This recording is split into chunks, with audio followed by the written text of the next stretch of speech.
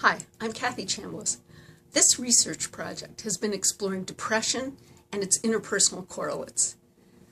For a long time, we've understood that people with depression view their own successes and failures differently from people without depression. What we were interested in was whether people with depression also view other people's successes and failures differently.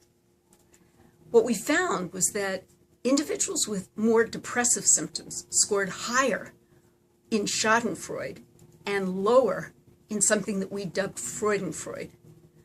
Schadenfreude involves taking pleasure and actually sometimes delight in the misery and failures and setbacks of other people. Not a very nice thing.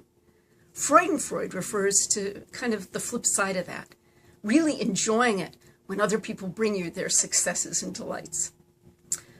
When people with depression show their high level of Schadenfreude and lower levels of Freudenfreude, we really suspect it could be toxic to their relationships.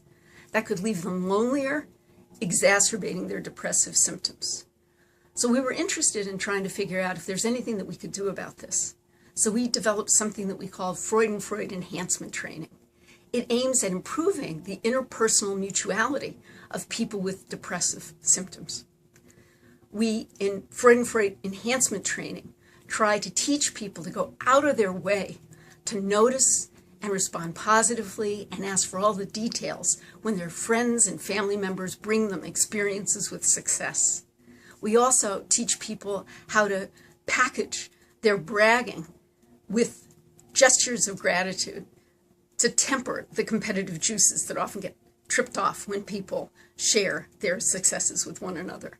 What we found is after only 2 weeks of this Freudenfreude enhancement training, depressive symptoms went down, mood went up, and the quality of relationships improved in ways that were measurable.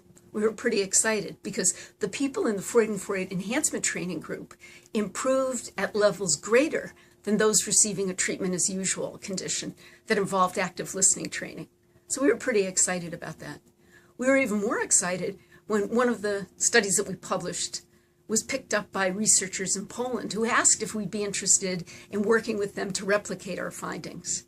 We certainly were happy to do so, and what they did was they worked with both a clinical and a non-clinical population and found the same relationship that we'd observed, higher levels of Schadenfreude and lower levels of Freudenfreude among the people diagnosed with depression. In kind of the last year, what we've done is gone in a slightly different direction. We've been looking at how mobile device use oftentimes can end up being toxic to interpersonal relationship quality. We found that 97% of people complain that their female friends often end up getting distracted by mobile devices during face-to-face encounters. And many people complain that it compromises the experience of empathy in interpersonal relationships. When we went to a nursing home, we found that many of the elderly complained that their children and their grandchildren get lost on their cell phones during visits.